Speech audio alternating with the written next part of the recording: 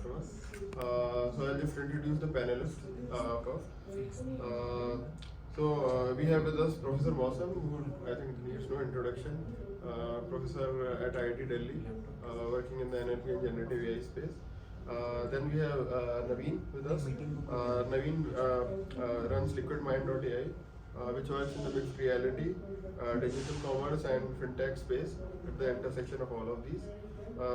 He has been a TEDx speaker and has led like multiple large engineering teams. We also have with us Mr. Naryanan Subramaniam with us.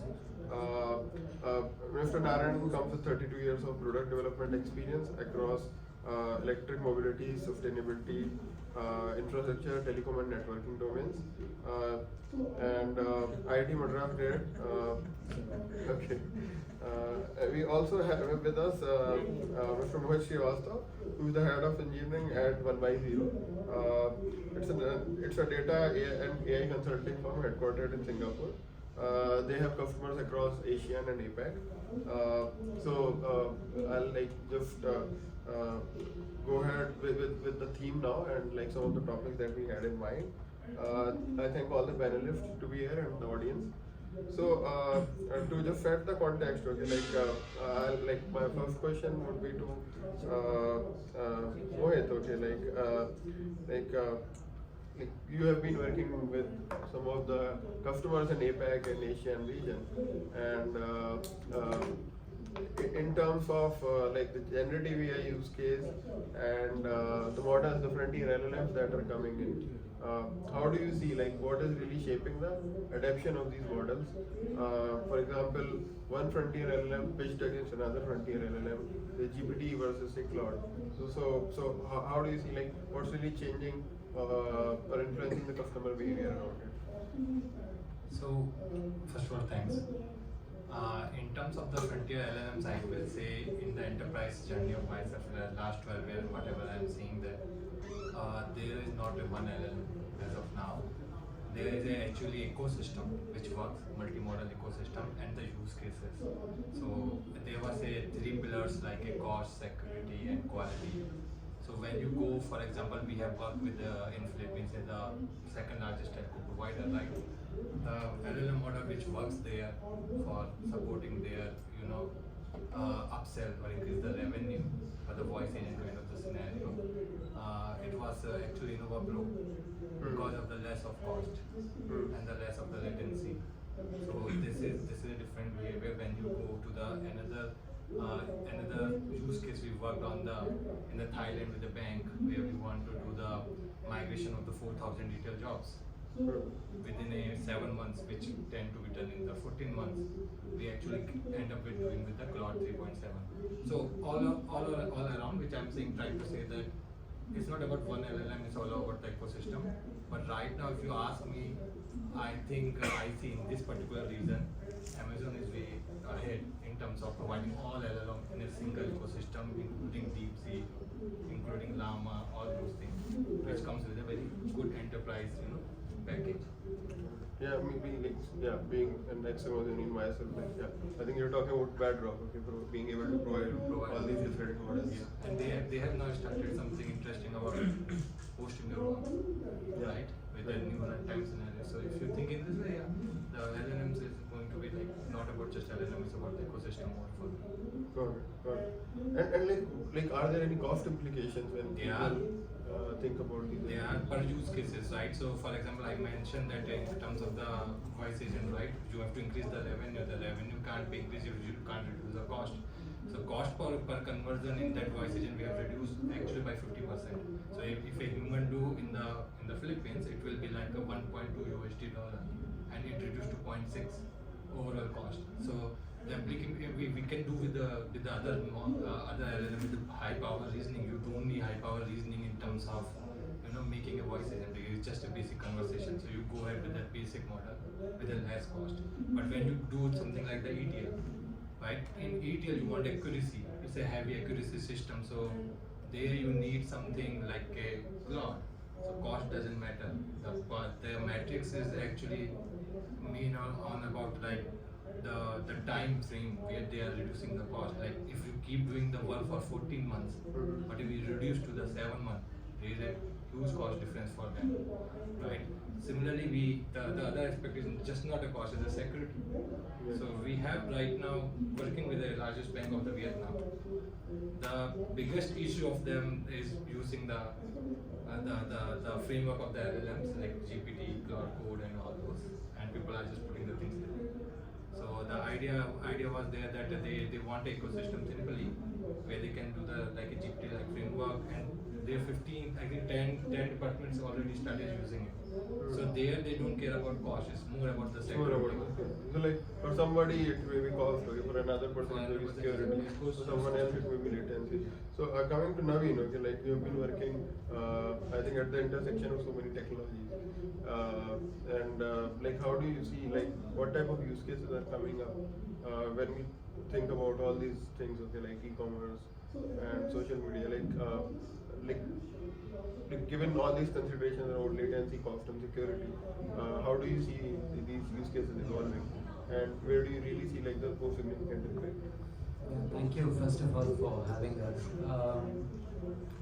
I think it's a very multi-dimensional problem. If you were to take a customer view and work backwards in varied sectors, the sectors that we operate in, or perhaps very different sectors, you could take, for example, we automate workflows for international trade using GIF. So we predominantly use a mix of Azure models from the AI Foundry. We use Bedrock, Plot 374, so on, 4.5 now. Cost obviously is a huge implication for application in any use case. For example, if you were to take a look at say document extraction, document mapping, integrating it through constructs with, let's say, some SAP, ERP, and so on. There are AI agents for all of these. There are LLMs that we leverage to improve accuracy. Accuracy is like table stakes.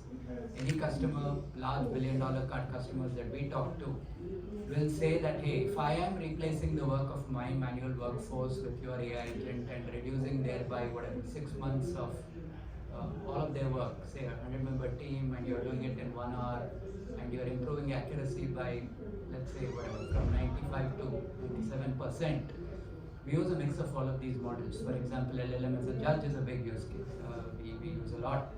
Microsoft Document Intelligence over and above that, say GPT 4.1 or perhaps Claude thrown in, and so on. So cost becomes a huge factor there, and byte tokens, that becomes a big, as always. It's very important for us as startups working with the large enterprise ecosystem, because these guys, remember in this trade example I took, they do almost 2,500 shipments a month. And that's the 100-member team I was talking about. Now, again, there are sensibilities involved, because you're pretty much making all of those 100 people quite redundant. Obviously, initially there'll be human feedback, RLHF, and so on. But as your accuracy of your models improve and they build trust in your systems, you are bound to replace many of them and maybe keep only a few of them in the loop. I'll give you another example. We're working very closely with CodeGen for a lovable Me Too, not exactly a Me Too, but perhaps one of our sister organizations. Excellent company, it's called CodePop. They do, recently they ran a hackathon across campuses and colleges. We spoke to AWS. AWS was kind enough to give them a huge bunch of tokens to actually leverage. And these kids were able to come up with such interesting use cases and burning like tokens by the thousands, and all the $10,000 credit that they got for perhaps a month was gone in like 3 days. But you see the hunger of different cohorts of user segments that we are looking at, right? I gave you a huge billion-dollar company, SME, that in the trade finance case or trade documentation use case. I took an example of colleges and young students who are building, for now, say portfolio type use cases and so on, and maybe connecting with some Superbase at the back end and perhaps building some intelligence like a Manus AI, some dashboards, AI dashboards that could, for product managers, engineers like us who used to dwell, spending 3 months working with the CXOs and never getting it right on dashboard constructs. Today you can whip it up in perhaps a 1 hour meeting through a Manus or CodePub or any of these good engines. So that's another example. Third, which before I finish giving you the example list, I'll take an example of a radiology report in a healthcare use case. Very controversial, I know. We talk a lot of GenAI and false positives and hallucinations in a big way.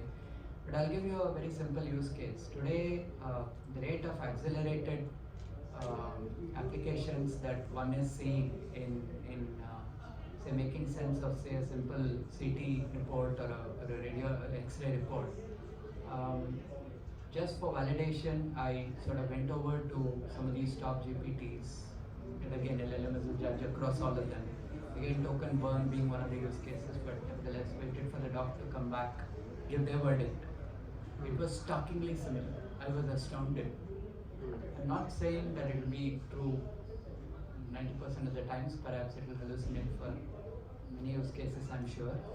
But there is a step change, but we have to be very and cognizant of cost implications as startups or even as mid-sized companies, and even as large burns when scale improves. Like say, imagine one textile major with $1 billion or a chemical major with $1 billion, some liquid mine which is the startups working with. Then you scale it with 10 others. What's the cost implication? How will latency play a role? Because these customers, remember, it's time sensitive. If the shipment doesn't reach on time and if there are errors in the shipment and this damn thing hallucinates, and accuracy, they demand 100 by the way.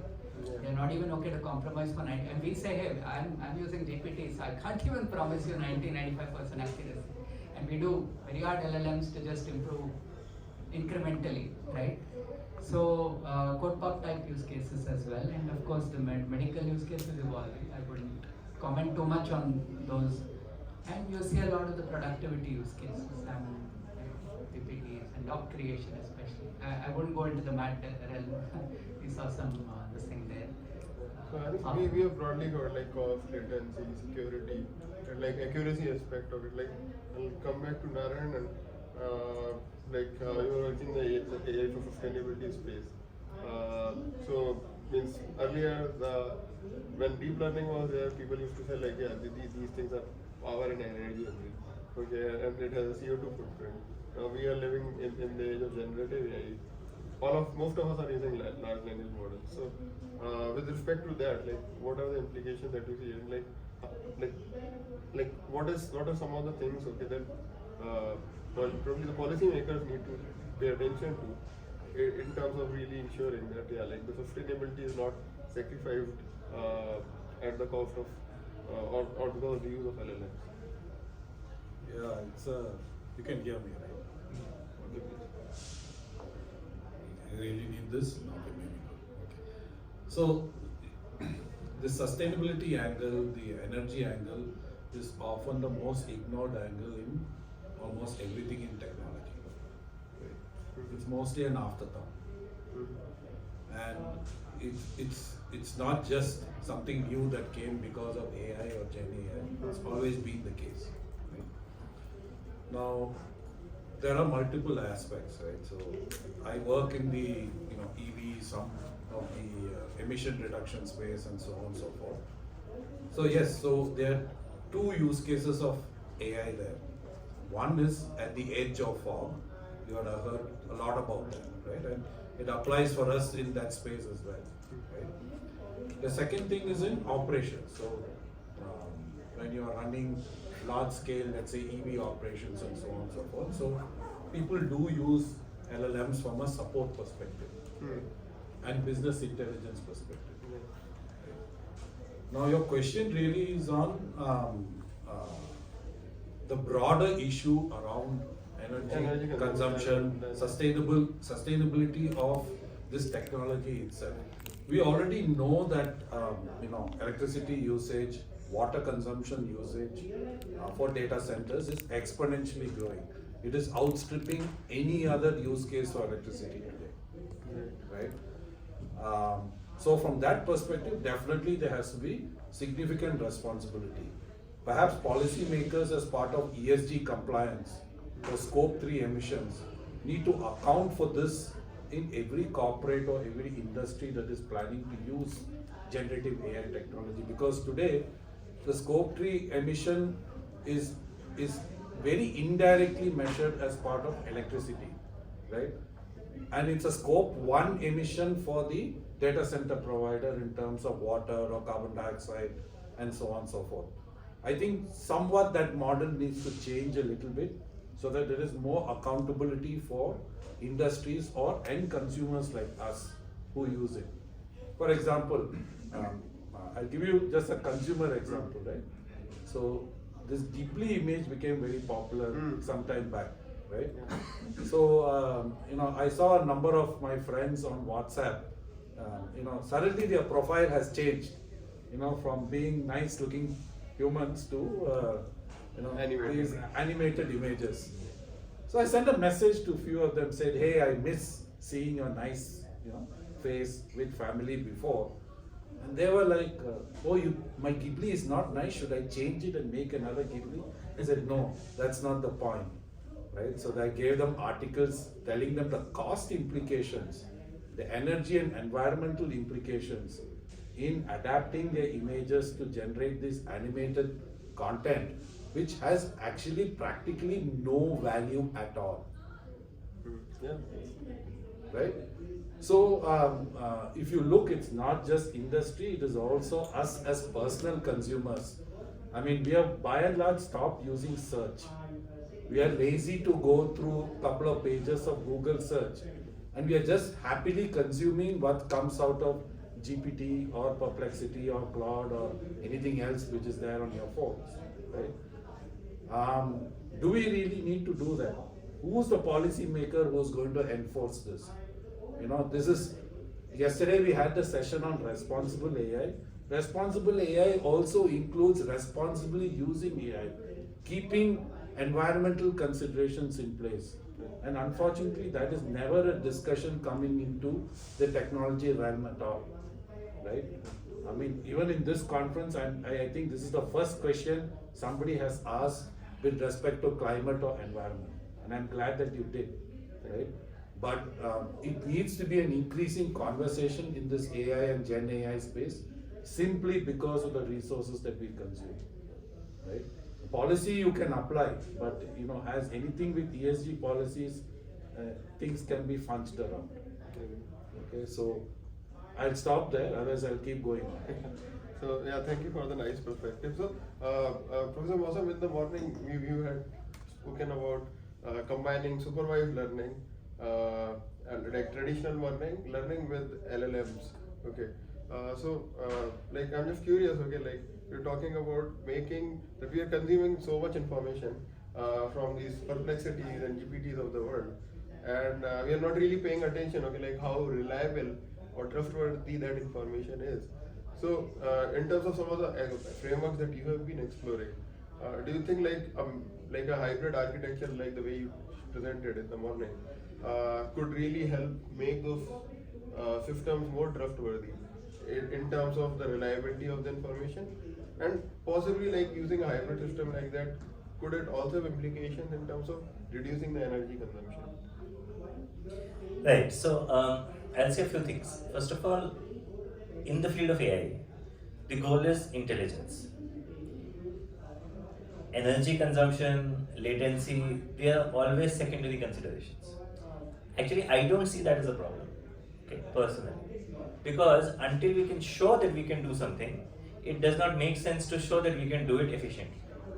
The first step would be to show it. The second step would be to make it efficient. For example, if you have we have a son who is currently preparing for competitive exams, the first step is to understand the fundamentals. The second step is to increase your speed. And for example, this happens all the time.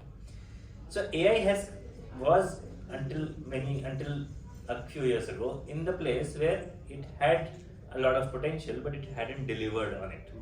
So it was fine then to work on larger language models, whatever technologies we can think about, explore, see whether it scales up, see what is the extent of intelligence that we can achieve. And I don't think we are past that phase yet. However, we are past the phase where AI needs to show that it can do something useful. And these large models have shown that they can do something very useful in a wide variety of settings. And now when we are starting to apply them, we are realizing that, while optimizing myopically on accuracy and quality and intelligence, we have forgotten all the other things that come into building a system, right? We are, as humans are not just brain power. We are also muscular power. We are also we have to fight diseases. We have to do this. We have to do that. All that part of us is equally important in order to make the organism function and function happily. In the same way, a machine system, a machine organism needs strong AI, but needs to deal with all the other issues that come alongside, including the issue of should I use a talwar where I need a sui? Should I use a GPT-4 for something as simple as a simple web search? Should I be using the largest model? Should I be using a smaller model? Do I need to train a model for this particular use case, or can I just use a large model off the cuff? And I think these are the questions industry is grappling with right now. For example, there's an MIT report, I think it's MIT or maybe some MIT report, which says that 95% of GenAI investments today in industry fail. Okay. Now, it's not surprising to me at all, because what is happening is that the users are excited about GenAI, they want GenAI. The top management is excited about GenAI, they want to claim and boast that our company has been using GenAI and we're at the cutting edge. The company has some set processes, the company has some set ways of doing things, they've optimized it in a certain way. If you're standing on a small mountain, a small hill, and if you want to go to a large mountain, you have to first come down. And you have to give that space and opportunity for the employees to say, okay, it's okay even if we lose in the interim, but then you can start climbing the bigger hill and the longer, and you will be able to reach. There is no such thing as free lunch. You can't just suddenly decide that now the AI has been democratized and we can now just suddenly reap its benefits even though we were not AI people in the past. Right? That doesn't happen. Add to it the worst issue that LLMs have themselves been evolving. So by the time the company thinks about, okay, how can we use this particular LLM for this particular use case and improve a little bit, by then the LLM already does some things and it's a nightmare. So long story short, I think it is too early to carelessly jump into using a large model for every use case that comes our way without paying attention to what it means from a broad perspective. Is it that we are treating all genders fairly? Is it that we are treating people of different caste fairly? Is it that by using this LLM there will be some people in the US who will benefit but Indians will be left behind? I mean, there are just so many fairness issues here. There are so many energy consumption issues there. Somebody told me, I don't know whether this is true, maybe you know more, you can confirm or deny, that all these CEOs, when they went to meet Trump, it was mostly about who is going to control the electric power consumption in the US. Yes. Because in the future, everybody which is creating this LLM and monetizing it, the biggest resource that they need is power, and they don't have enough of. China has done a good job on renewable energy. We have limited power in our country. US is all about Power and water. Power, and so that is what the fight is about now. So coming back to the question at hand, is hybrid architecture one possible way? Absolutely. But there are many others. Hybrid is just one of them. You can distill it into smaller models. Actually, I remember that there was a project that I was working on, which was a user-facing project, and the first thing that people did was to use the largest LLMs to show that it can be done. Yes, it was possible, and the thing that should have taken 2 seconds or 3 seconds to respond was now taking 2 minutes to 3 minutes to respond, because they were doing a lot of these large model calls, and for even something as simple as classification they would do a large model call, and it was a terrible idea. But it's okay, because it's part of the process. Now that you have figured out that this is the way to do it, now go ahead and implement each component using a trained model, using a small model, and use a large model if and only if you need it. So I think there are things that we need to think about before using LLMs indiscriminately. And I hope I answered your question. Yes. I think that leads to a very nice segue. Like you're saying, like if we have to really use these in an efficient way, then we need to get into some optimization. Now, if one is to really do optimization, who is going to do that? Like in the limited research that I have done, like if you think about mother-child LLM frameworks, okay, where you are saying that okay, the larger language model will say create the architecture or the framework, and then the smaller language models will try to execute it. Because we have seen even the most sophisticated models, they fail to come up with an approach with the framework. Okay, like it really destroys the overall approach. Okay, So I think we would still require people, okay. People probably trained in different ways, okay. And I think like your analogy that yeah, like if you have to climb a like a taller hill, okay, then you have to come down, okay, and then yeah, there is a learning curve to it. So with respect to that, okay, like I'll come back to you, Mohit. In terms of like current companies, okay, who are adopting this, like you're talking about some of the bedrock models, okay. Like, what do you see? Like, are they also investing in training their people how to use these models or how to optimize the use of these models? That's Or is it like they're depending on someone else? So this has happened yesterday. So, so this is interesting talk with the again the Philippines telco provider. So they have a very clear we have proposal there for the full GenAI COA, if you know, the Center of Excellence setting up in the company. The all requirements fine, the model has changed, the model of business has changed, the model has come to a point of the squads. It's no longer services, right? It's not like I will put the 3 people on this percentage and all. It's like I will give the squad, we train them and then they train you or we give it to you. Okay, so what you are asking that training the people is the exact requirement they are, that how my people will train at the same level of the things you are doing. So the way is about the process there. It's not about LLM. As I mentioned, it's all about ecosystem. So in that ecosystem, actually, we have been decided, right, we run our own kind of the training curves, like the Amazon do something good called game days now. So that kind of the activity, if you do with those candidates, it will make a difference. We need to train the people on all those scenarios, and it's no longer about LLM. I see enterprise is way ahead in this region. I see, like, because there is ability to take the risk. So if you go in Australia and all, you see there is a report. I won't say the company name, but it has fined just because they use the voice agent on the bank, okay, to upsell. So they have fined very big numbers. But these people are okay, like the Asian Pacific region are okay with that. So what they are doing right now is no longer LLM. They move to the AI workers. So the system is already, most of those people use GPT, Cloud Code, if you are the technical people, right? They don't want that. They simply want a model where the 2 agents are talking and coding. They want reviewer to be not, let's say, GPT. They want coder the Claude. Because as per them, the Claude reviews the Claude, it doesn't make sense. And it happened actually, we proved that. It doesn't make sense. So eventually it's all about the ecosystem. The enterprise moved into the vision of the AI co-workers already. They have MCPs helped us in that direction. They already have the social media responder. They are responding their, Twitter post and all, like 70%. Humans are not like just helping them as a loop, human in the loop. So all those kind of the use cases, if you think about the next generation is the AI co-worker, and even AI co-worker needs to help from the human, which is a high skill which you have to train. But how successful are these things? Because They are. like there was a CEO who fired his entire team, I think 1.5 years back, and then he had to hire back again those people. Yeah, that's the point, right? The AI agents are going to be there, but as I said, they are going to be successful and they are successful, but they can't operate as own. They are not full autonomy, right? they can't. They don't have autonomy. They can't. In enterprise, they can't. Right? They are the pillar of security there, which won't allow any company to do that.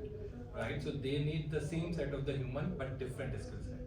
So that's what's happening, and that's what's changing in the enterprise. So are the jobs being created within the enterprise or outside enterprise? What's your observation or take on this? Right now, jobs can be created. Upskillment has been created within the enterprise. There is an opportunity there. Outside of enterprise, the job has been created for the AI co-worker kind of the scenarios. But there is an upskill you will see within the enterprise, which is already happening. As I mentioned that yesterday, I've been discussing all those. So there is an upskillment will happen within the companies, and the jobs has been created quite. I don't see that jobs are going anywhere. They will be at the same level, but the skill will be different. Sure.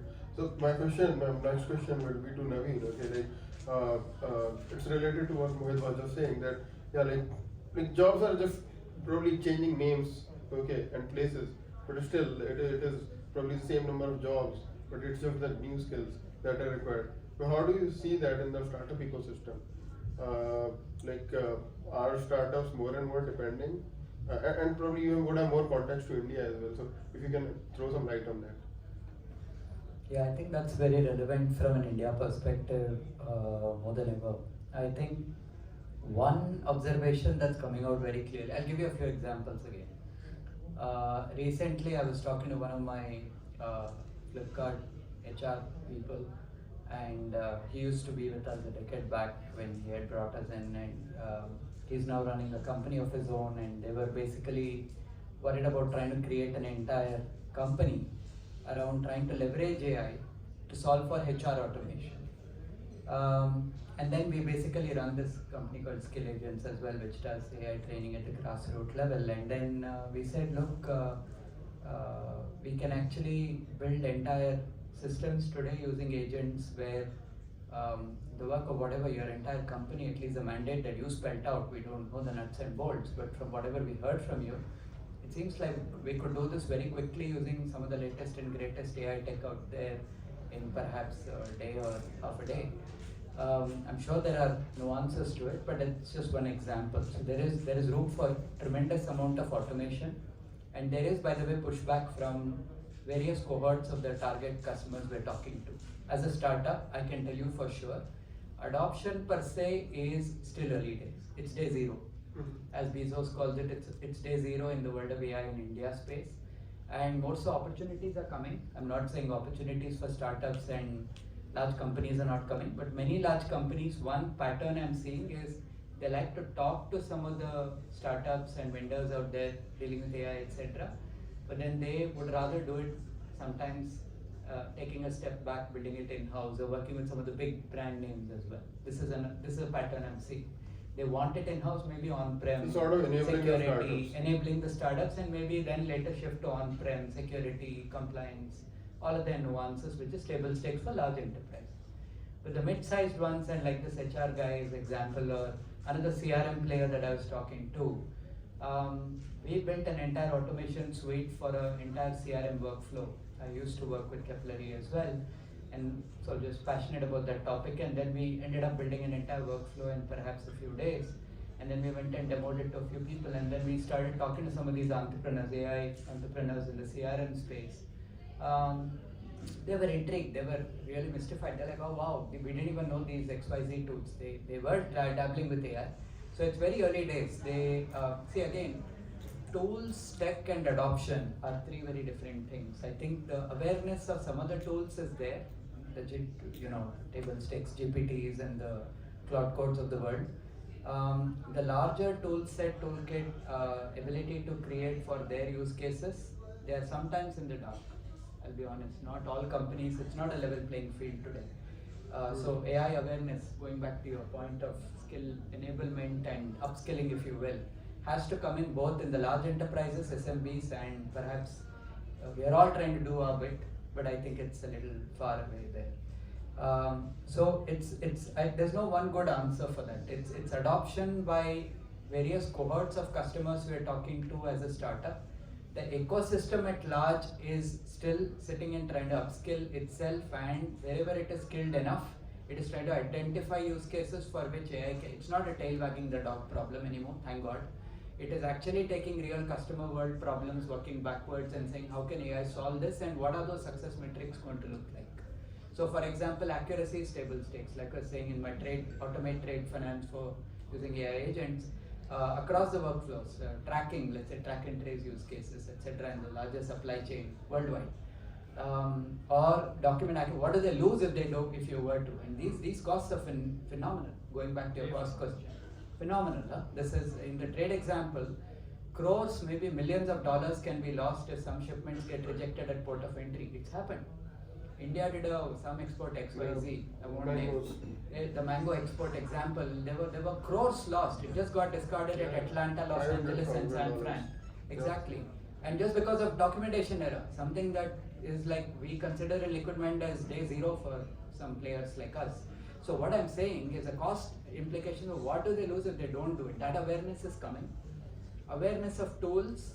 Technology penetration per se, people love it, so I think clearly they're willing to experiment, but that early adopter mindset and willing to give it a go and monetize, going from pilot to production in how many really, and this fear factor of saying how many of my jobs are going to get redundant.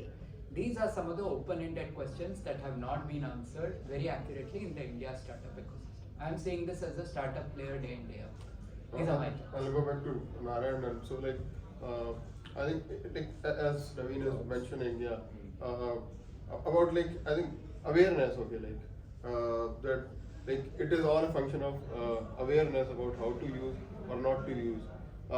So like, is two questions for you. Like, is AI awareness going to increase people's ability to launch more AI-driven startups,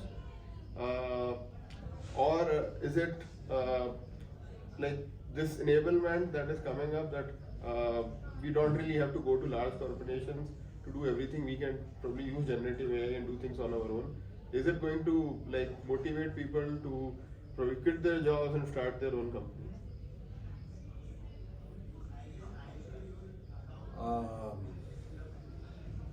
Let me try and answer this in a slightly different way. Okay.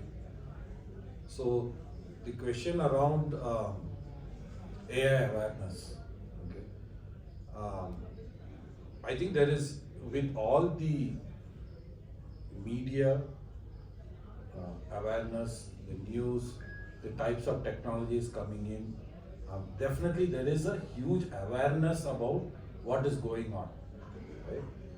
The push for oneself to learn AI and to adopt AI is coming a lot through also, not just because it's a cool thing, but the immediate threat of I'm going to become obsolete. Okay? Nothing works, unfortunately, better than fear. Right? Fear is the And beginning of knowledge. fear, right? And it is fear not just for young graduates, it is also fear for a lot of people in the mid-tier. Okay, because a lot of the Indian IT ecosystem, right? I've seen this from 1992 onwards, right? A lot of folks left technical and became people managers and managerial, right? Fairly early, right? And they are reaching that age, that 45, 50, 55, that age group, which is now very vulnerable. They're aware of AI, but they are not able to do anything with AI hands-on because they left hands-on quite a long time ago. So there is that uncertainty there. There is a lot of uncertainty at the fresh graduates, right? Because many don't come with computer science background.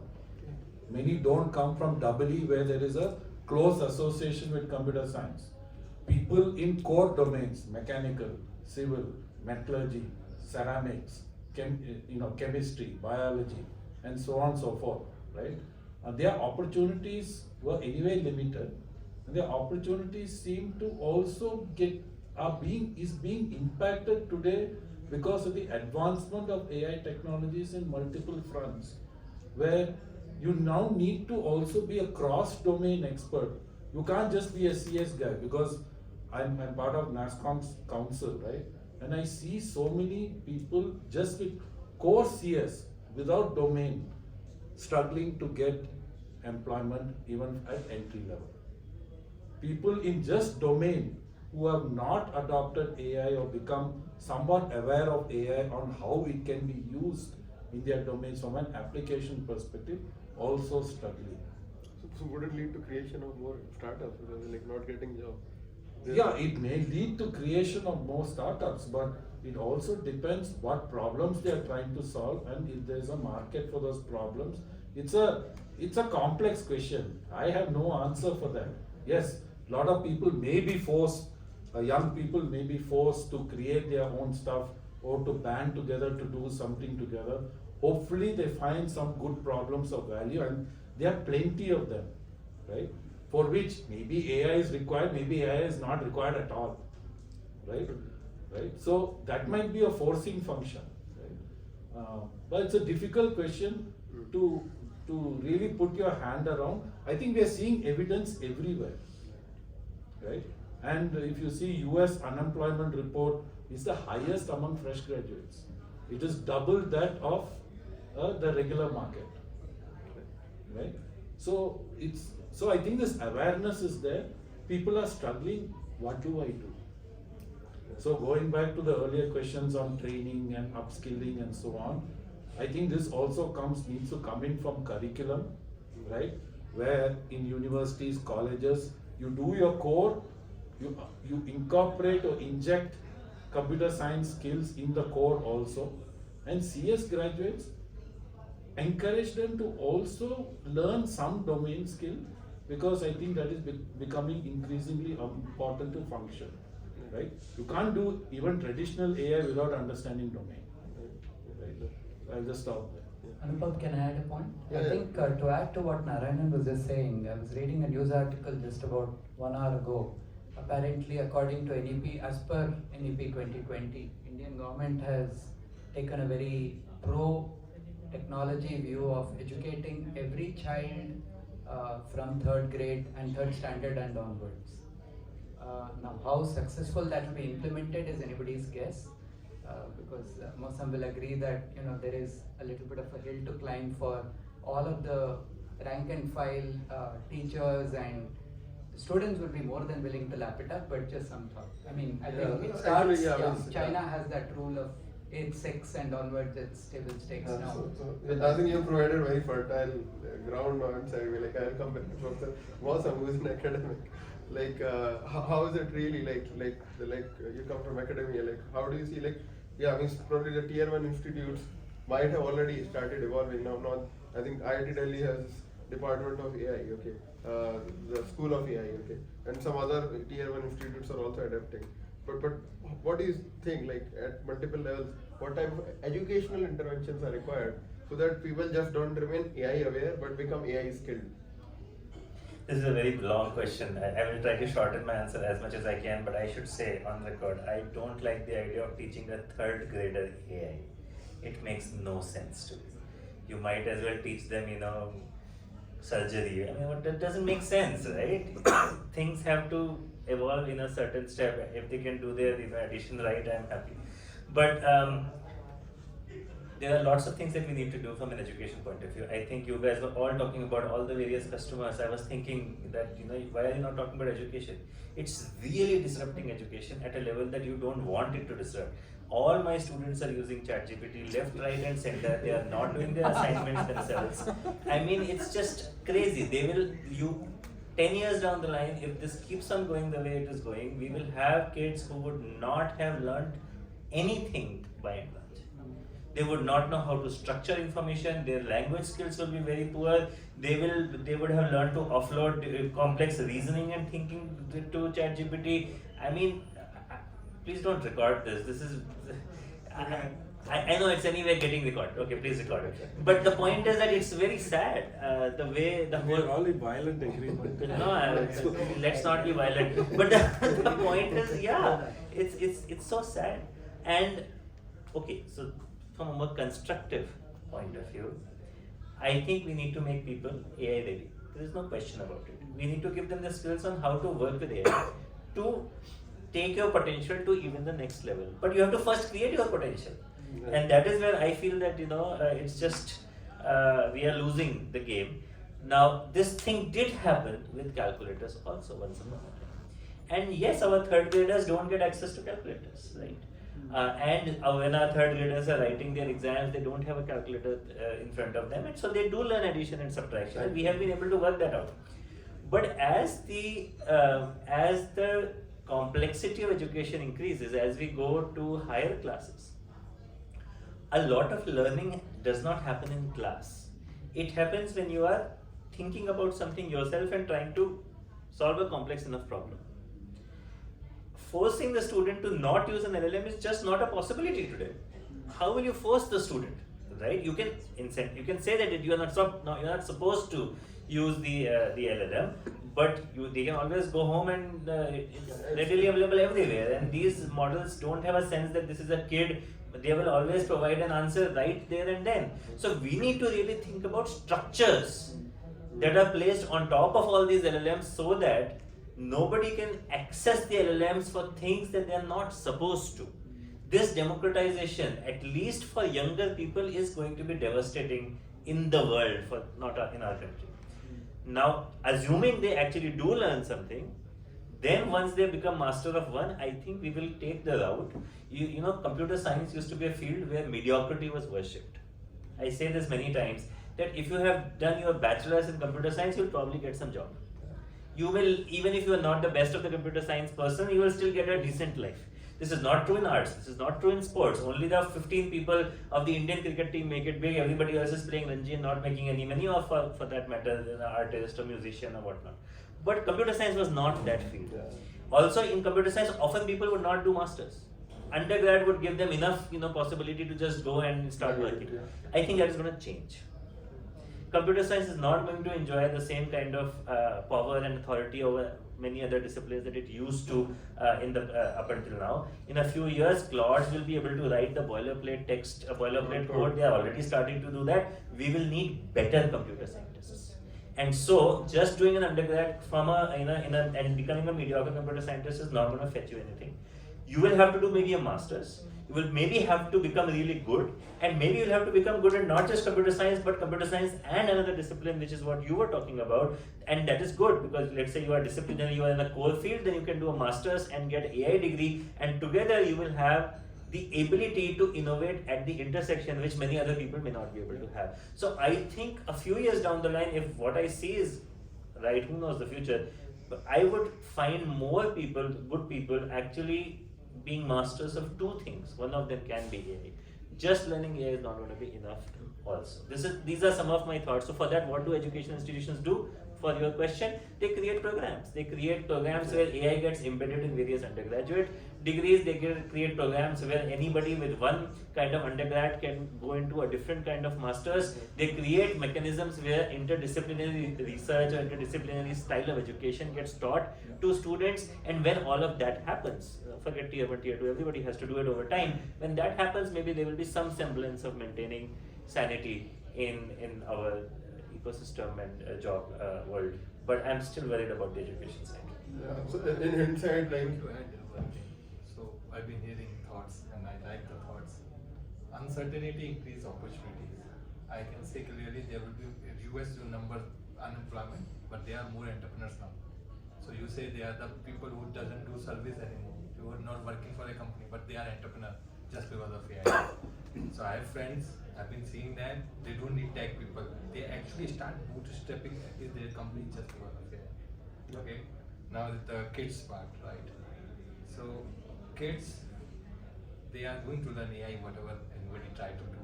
I know that my kid is already started doing 4-year-old. How hard you can keep it, but to optimize my time, I generate a story and books and other things from AI, right? Which is way better than I have seen till now. So using of AI is in human's hand. So it's all again goes back, everything goes back being to the responsible. responsible AI. Yeah. So it's all your responsibility, and every person's responsibility how you use it. Okay? And in the colleges, I will say you will see more dropouts. I already seen my college. The dropouts, because this AI, I don't like it, but this AI is increasing the entrepreneurship. Yeah, Can I quickly respond? Yeah, please. You know, what fraction of entrepreneurs succeed?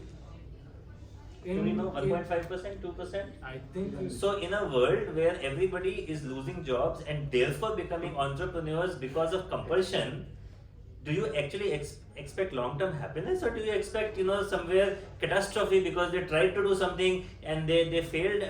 Unless suddenly you are telling me that because of AI, the probability of success of entrepreneurship is going to go from 2% to 50%. I don't see that as a plus. It's a stopgap solution. People are realizing that, and some of the better ones always succeed. Even in the past, Bill Gates kind of people succeeded because they had a vision, they were very smart, they dropped out, but they really made it big. And if we start using examples of Bill Gates to say that, oh, now it's okay to drop out because Bill Gates succeeded, therefore I will succeed. This is the standard catch-22 in the entrepreneur world, that you look at one person who succeeded and do not look at the 99 who failed. So, jury is out. Maybe 5 years down the line, we will suddenly find that all these people who are out of jobs and became entrepreneurs have suddenly succeeded, and it's a changed model in the world. But I don't see that happening personally. So, like, when I look in hindsight, like what Professor Mausam said, Like I'm a trained mechanical engineer who went to aerospace and material science domain and then gradually came to AI domain. I feel a lot of comfort, okay. But like maybe I'll end up with one question, okay, that again to Professor Mausam. Like now lot of these perplexities and Geminis and ChatGPTs of the world, they are giving free subscription to college students. Like 1 year, 6 months, okay, and maybe like in 1 year they will just tap them, okay, and then they will be left in lurch, okay. So what's your thought on that, okay? Because you already said like it's destroying like the way they are learning and. I don't know Should what, there be a what do you regulation want. around Yes. So here is a question for you. We had parental guidelines. We had parental regulations for kids. Right. We always did that. We can also track what our kids are watching. We can also track some parental guidelines so that the kids cannot visit certain websites which are non-age appropriate. I think we also have to define LLM's use as profession appropriate or age appropriate or whatever appropriate. And maybe it infringes on their right as an adult. I don't know. We'll have to think about this. But I think it is the responsibility of the LLM making companies to ensure that there is no widespread catastrophe because of them providing. See, they are providing it because they are the biggest users. If you know, OpenAI came to India only because we have the largest mobile consumer of GPT-4 in the world. Who are all these people? These are college students. What are they doing? They are using ChatGPT so that they can answer interview questions, they can do their assignments. Now OpenAI realizes their responsibility and they have created mechanisms so that it's a tutor, not a LLM. But that doesn't mean that the LLM is not accessible. Yeah.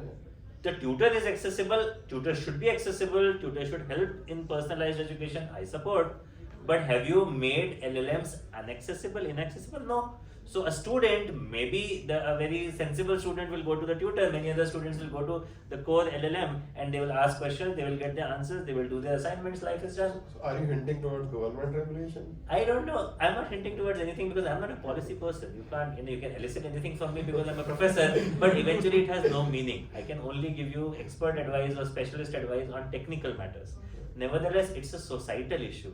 Yeah, correct. And we need to collectively think about how to handle it.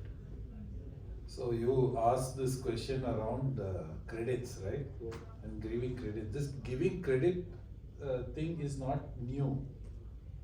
All the large, with all respects to anybody from the big 4 or 5 large cloud companies, credits have been given for a long time.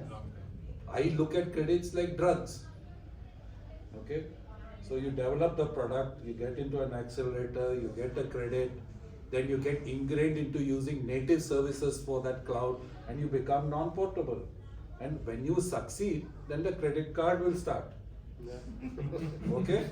Right? Haven't we all experienced this in all the products that we have developed? Right?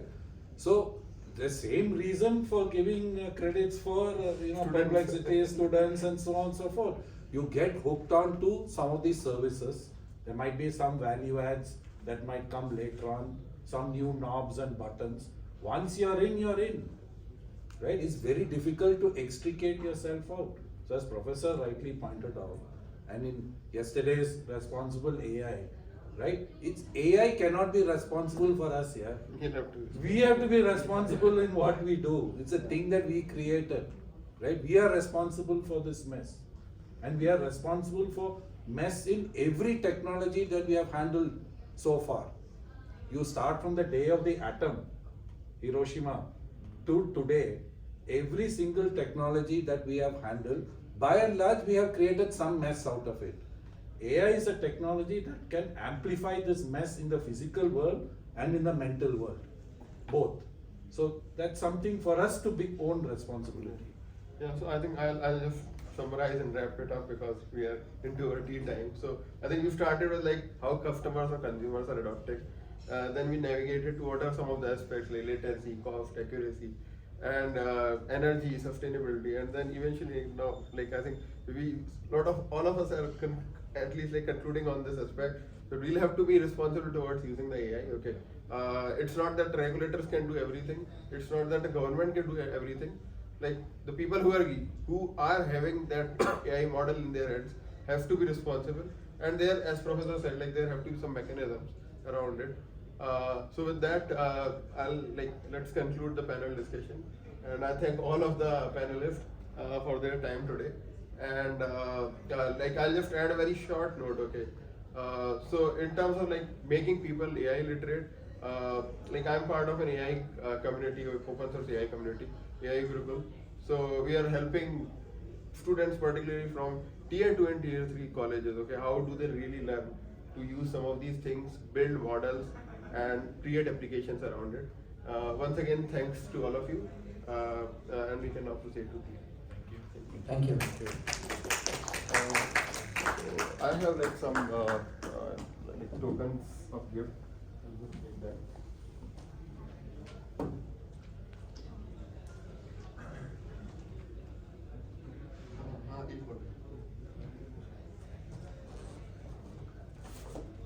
Thanks, Mohit. Thanks, Naveen. Thank you, Prof Mausam. Kishan, one more. Yeah. Sorry for that. Thank you so much. So thanks once again to all of you. And I think we had a very good discussion. Thank you. Thanks a lot. Yes, sorry. I wanted to record it because I know quite a few funny incidents